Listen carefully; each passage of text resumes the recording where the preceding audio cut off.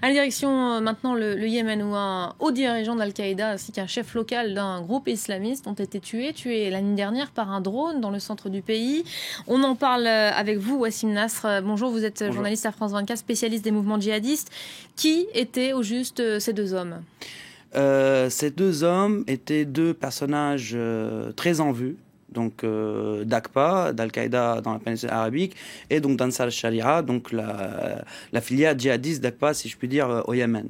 Donc les deux hommes ont été tués dans les mêmes frappes qui se sont passées à Baïda, et durant une offensive que AQPA faisait à Radar, la ville de Radar, contre les Houthis. Donc les Houthis, donc c'est des chiites yéménites qui sont en train de petit à petit mettre la main sur le pays. Donc le premier était Anwar Dahab, donc un chef local de la région d'Al-Baïda, qui a été tué parce que il est sorti publiquement et dernièrement, il a réussi à rallier quelques chefs de tribu à lui. Le deuxième, donc qui était Shawki Badani était dans le viseur américain depuis le 17 juin et dans le viseur des 17 juin 2014 et dans le viseur des autorités yéménites qui avaient sa tête était mise à prix pour $100 000 chez les Yéménites et pour $5 millions dans les listes américaines. Donc il figurait, il était 5e dans une liste de 8 où il y avait vraiment les grands chefs d'AQPA.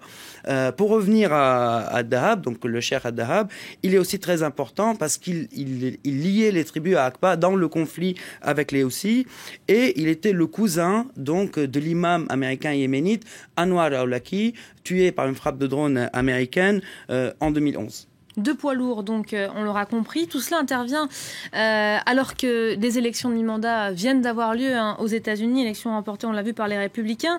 On attend toutefois pendant les 2 prochaines années, jusqu'à la fin de son mandat, Barack Obama sur évidemment la politique étrangère. Quelle pourrait être la politique américaine en matière de drones notamment ?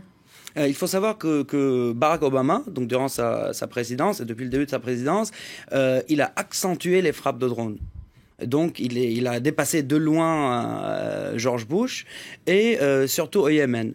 Et donc au Yémen, il y a des frappes américaines depuis 2002. Donc les frappes de drones au Yémen sont bien avant les frappes de drones qui ont débuté au Pakistan en 2004.